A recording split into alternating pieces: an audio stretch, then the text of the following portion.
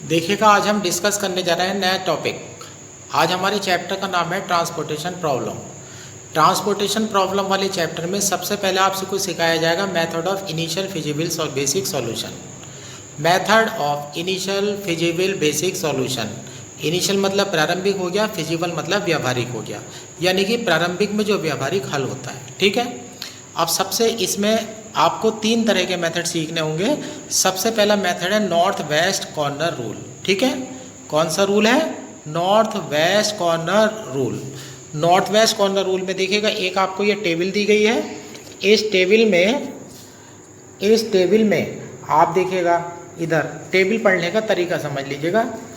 ये F1 है, F2 है, F3 है और F4 है। ठीक है, ये है फ्रॉम, और यहाँ 2 है, W1, W2, W3, W3। तो F1, F2, F3, F4 आपकी फैक्ट्री है और W1, W2, W3 आपके वेयर हाउस है। ठीक, तो यानी कि आपकी एक कंपनी है, उस कंपनी की आपके पास 4 फैक्ट्री हैं।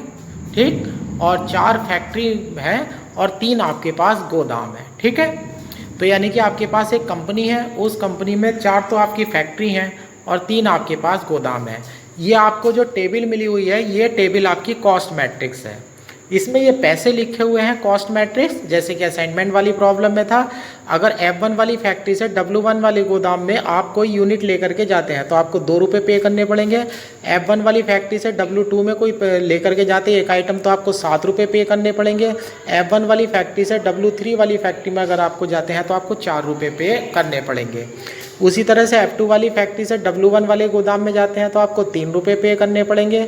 W2 वाले गोदाम में जाते हैं तो 3 रुपये पे करने पड़ेंगे। तो इस तरह से आपको ये टेबल मिली हुई है।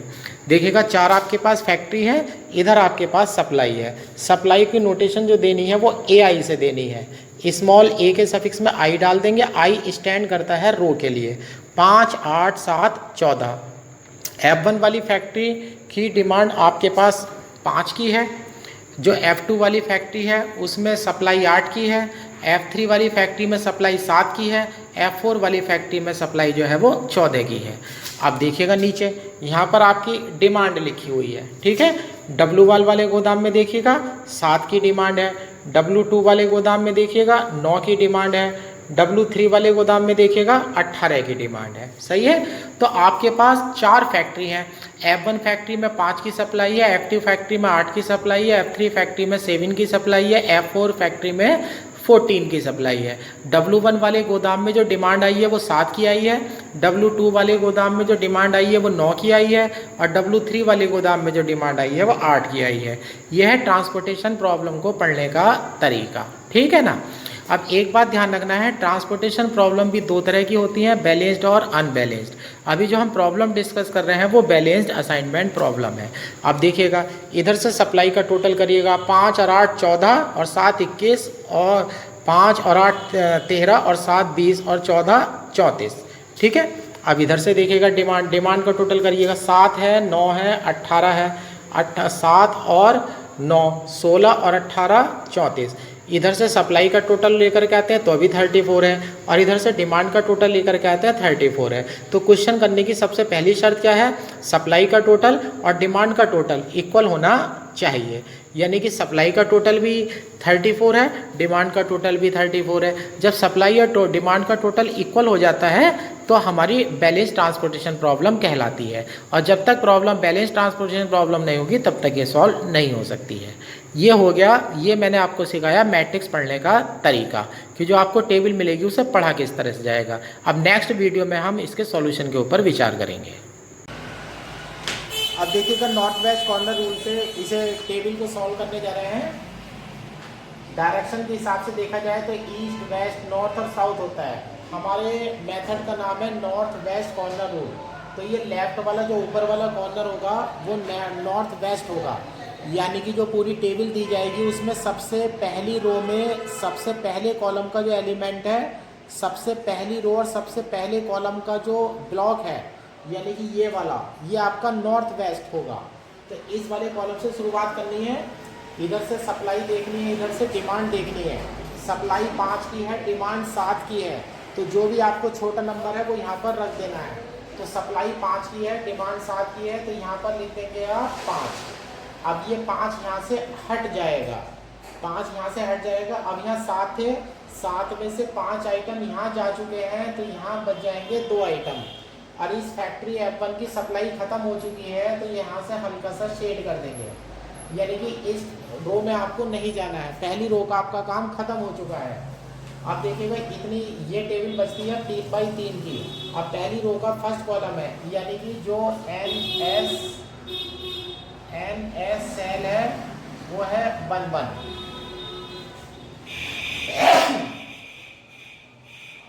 यानी कि मेरे कहने का मतलब है कि जो आपकी नॉर्थ वेस्ट सेल है वो 1-1 है, यानी कि पहले रो और पहले कॉलम में ही आपको हमेशा जाना है। अब ये देखिएगा यहाँ पर बची हुई टेबल का पहला रो पहला कॉलम ये है, इधर से 2 है, इधर से 8 है। अब इधर से डिमांड 2 की है और सप्लाई है 8 की, तो डिमांड कम पड़ रही है, डिमांड को यहाँ लिख देंगे। ये 2 डिमांड लिखी जा चुकी है, तो ये डिमांड पूरी हो गई है। अब 8 में से 2 चले जाएंगे तो बचेंगे 6। अब इधर से ये डिमांड हट चुकी है, तो ये कॉलम को जो हम थोड़ा सा शेड कर देंगे। इसी तरह से धीरे धीरे जो है आपकी मैट्रिक्स जो है वो कम होती चली जाएगी।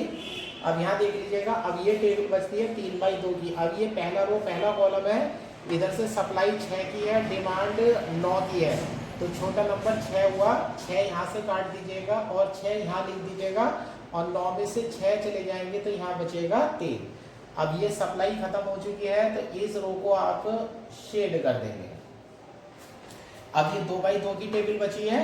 अब ये चलते हैं पहली रो पहला कॉलम में, इधर से सप्लाई है 7 की और डिमांड है 3 की, तो छोटा नंबर डिमांड का है, तो 3 यहाँ डाल देते हैं, यहाँ 3 डाल देते हैं, 3 हट जाएगा, 7 में से 3 चले जाएंगे तो बचेंगे यहाँ पर 4, ये बच जाएंगे। अब ये वाला कॉलम जो है हट चुका है। अब देखिएगा, अब 2x1 की टेबल है, 2x1 की पहली रो पहला कॉलम ये है। अब इसमें देखिएगा यहाँ तो है 4 और यहाँ है 18, सप्लाई 4 की है, डिमांड 18 की है, तो यहाँ पर छोटा नंबर 4 डाल देंगे तो 4 यहाँ से हट जाएगा और ये भी यहाँ से बंद हो जाएगा। अब 18 में से 4 चले जाएंगे तो बचेगा 14। अब 1x1 की टेबल बची हुई है, तो इधर से भी 14 है और इधर से भी 14 है, तो यानी कि यहाँ पर 14 डाल देते हैं, तो इधर से भी 14 कट जाता है, इधर से भी 14 कट जाता है। तो यानी कि जितनी भी सप्लाई थी सब पर कट लग चुका है, जितनी भी डिमांड थी सब पर कट लग चुका है, यानी कि जितनी भी फैक्ट्री थी सबके गोदाम खाली हो चुके हैं और जितनी भी सप्लाई थी वो सारी भेजी जा चुकी है, और जिस दुकान की जिस गोदाम की जितनी डिमांड थी वो उसे मिल चुकी है। अब ये हो जाता है इनिशियल फिजिबल कॉस्ट।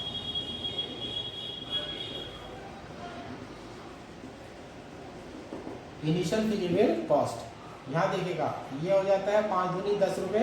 अब यहाँ चलिएगा 2 तिया 6 प्लस यहाँ हो जाता है 6 तिया 18 प्लस ये हो जाता है 3 चौक 12 और प्लस 4 सत्ते हो जाता है 28 और यहाँ हो जाता है 14 दूनी 28। तो 8 8 16 2 18 2 20 और 6 26 का 6 ऐसे लगे 2 4 6 7 8 और 9। यानी कि आपका नॉर्थ वेस्ट कॉर्नर रूल ये कहता है कि जो प्रॉब्लम है वो 96 रुपये में सॉल्व हो जाएगी, जो प्रॉब्लम है वो 96 रुपये में सॉल्व हो जाएगी और इस तरह से आपका नॉर्थ वेस्ट कॉर्नर रूल जो है वो खो जाता है।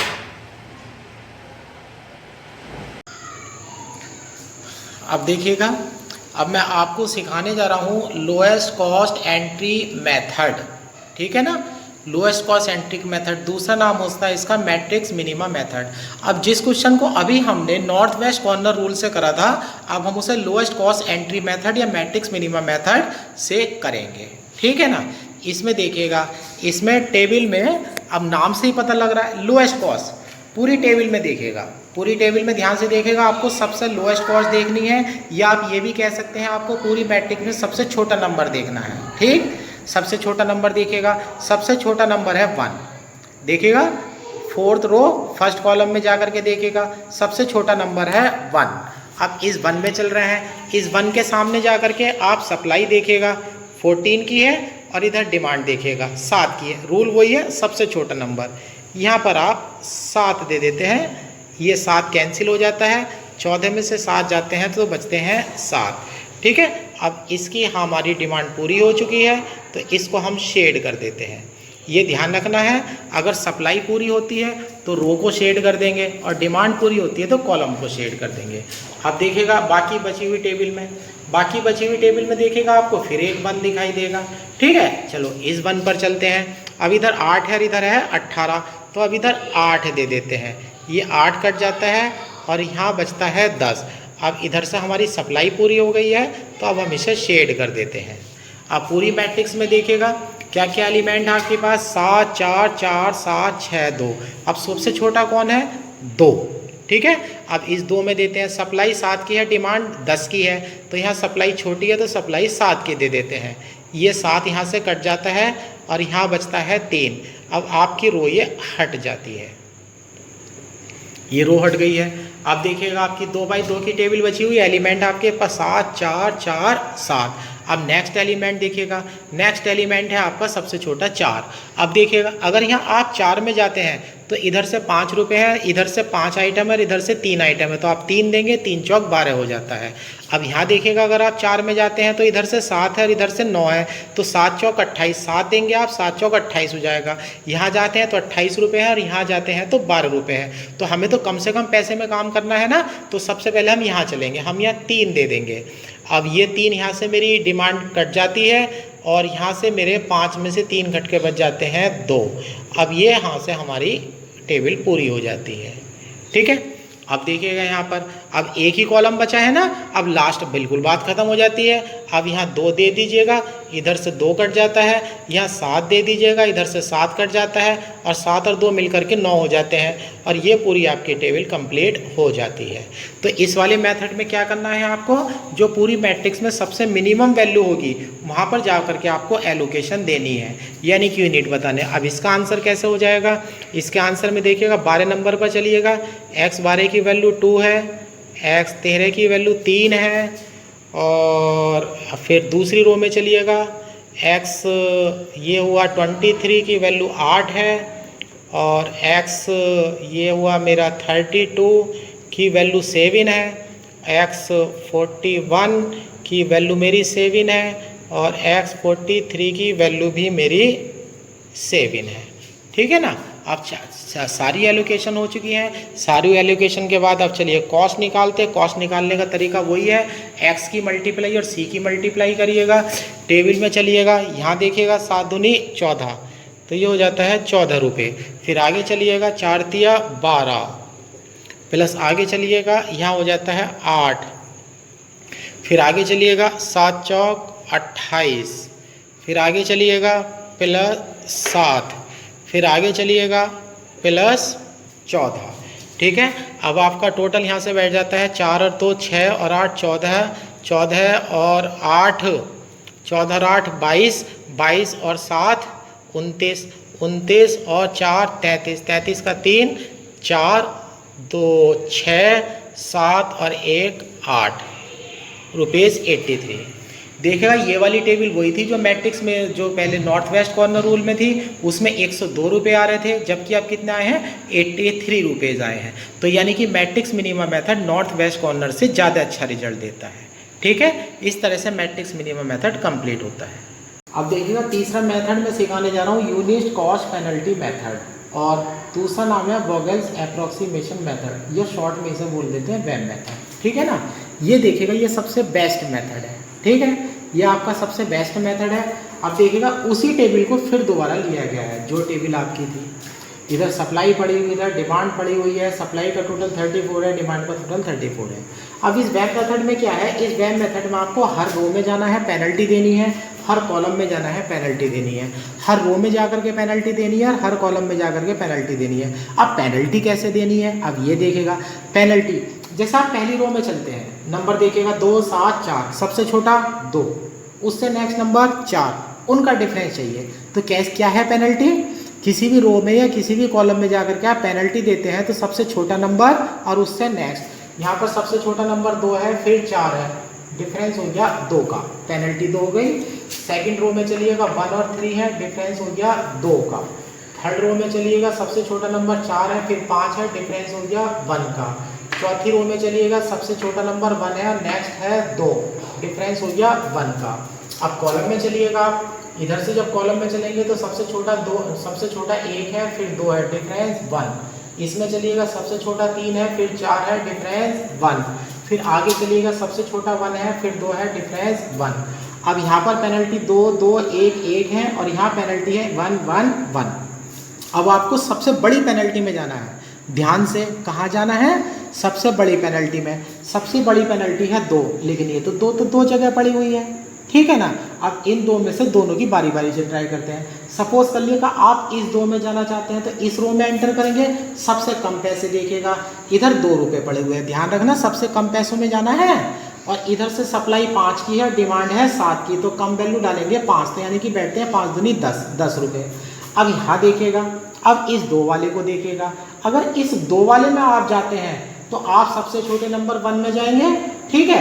इधर से बैठते हैं आपके 8 रुपये और इधर से बैठते हैं 8 की, सप्लाई 8 की है और डिमांड है 18 की, ठीक है। तो इस 2 में चलते हैं यहाँ पर, तो यहाँ पर हम दे देंगे 8, यानी कि अब हम इधर चलेंगे, ठीक है। अब यहाँ पर हम 8 दे देंगे, 8 देने के बाद ये रो हमारी कट जाएगी और यहाँ 18 में से 8 जा चुके हैं, तो ये बचेंगे हमारे 10, ठीक है। अब हमारी टेबल में से सेकंड रो हट चुकी है। अब हमारी जो नेक्स्ट टेबल होगी उसमें आपको F2 दिखाई नहीं देगा, रोक दे। अब देखिएगा इस टेबल में F2 वाली फैक्ट्री हट चुकी है, ये टेबल दोबारा बना दी गई है। अब पहली रो में देखिएगा फिर दोबारा पेनल्टी देने चल रहे हैं। पहली रो में 2 7 4, सबसे छोटा नंबर 2, नेक्स्ट 4, डिफरेंस हो गया 2 का। यहाँ सबसे छोटा नंबर देखिएगा 4 है, फिर नेक्स्ट नंबर 5 है, डिफरेंस 1 का हो गया। यहाँ सबसे छोटा 1 है, फिर 2 है, डिफरेंस 1 का हो गया। इस कॉलम में चलिएगा, इस कॉलम में सबसे छोटा 1 है, फिर 2 है, डिफरेंस 1 का हो गया। फिर इस कॉलम में चलिएगा, इस कॉलम में सबसे छोटा 4 है और फिर 6 है, डिफरेंस 2 का हो गया। इस कॉलम में चलिएगा, सबसे छोटा 2 है और यहाँ 4 है, डिफरेंस हो गया 2 का। अब आपको देखना है सबसे बड़ी पेनल्टी, ध्यान रखना पेनल्टी आपको सबसे बड़ी देखनी है। यहाँ 2 है, यहाँ 2 है, यहाँ 2 है। अब सोचिएगा अगर इस 2 के रास्ते जाए तो सबसे कम पैसे यहाँ है 2 रुपये, ठीक है। इधर से 5 और इधर से 7 देते हैं तो यहाँ 5 आएगा, 2 पंजे 10। इस 2 में जाते हैं तो सबसे कम पैसे 4 में है, इधर से 7 है, इधर से 9 से है, 7 दिया जाएगा, 7 चौक 28, कैंसिल। अगर इस 2 से जाते हैं तो इस 2 में जाऊंगा, इधर से 14 की सप्लाई है, 10 की डिमांड है, तो 10 दूंगा 20 रुपये। यहाँ 20 रुपये बैठ रहे हैं, यहाँ 28 रुपये बैठ रहे हैं और यहाँ पर बैठ रहे हैं 10 रुपये, और हमें काम करना है सबसे कम पैसों में। तो हम यहाँ पर इस 5 का ऐसा 5 के एलोकेशन दे देते हैं, ये 5 यहाँ से कट जाता है और 7 की जगह 2 रह जाता है। अब ये रो हमारी हट जाती है, यानी कि F1 वाली जो फैक्ट्री है वो हमारी हट चुकी है। अब नेक्स्ट टेबल पर देखिएगा, नेक्स्ट टेबल पर आकर के फिर आप देखिएगा, पहली रो में जाकर के 4 5 का डिफरेंस 1 हो गया, यहाँ देखिए 1 2 का डिफरेंस 1 हो गया, और फिर यहाँ देखिएगा 1 5 का डिफरेंस 4 है, 4 6 का डिफरेंस 2 है, 7 2 का डिफरेंस 5 है। अब तो पेनल्टी 4 2 5 1 1 है, सबसे बड़ी पेनल्टी है 5। अब आप इस कॉलम में जा रहे हैं, यहाँ 2 है, यहाँ 7 है, सबसे छोटा नंबर है 2, आप 2 में देने वाले हैं 10। अब ये 10 हट जाता है और यहाँ बचते हैं आपके पास 4, ठीक है। अब ये कॉलम हट चुका है।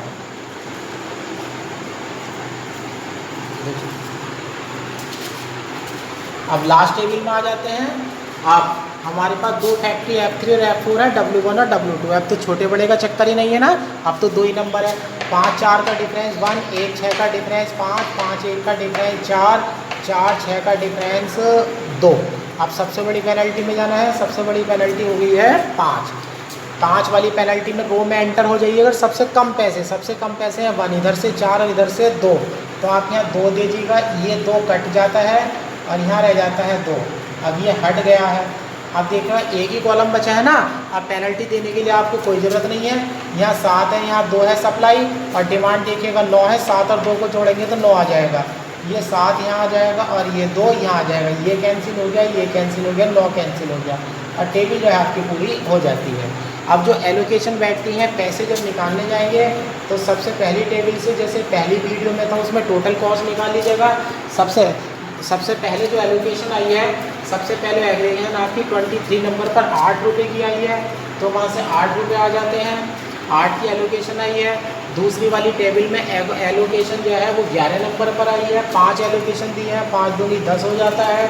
फिर अगली वाली टेबल से एलोकेशन में 20 मिलता है, इस वाली टेबल में 7 चौक 28 हो जाते हैं, प्लस 2 हो जाते हैं और प्लस 12 हो जाते हैं। तो ये हो जाता है 8 और 8 16 और 2 18, 18 हो जाता है, 2 2 4 2 4 1 7, 78 रुपये हो जाता है।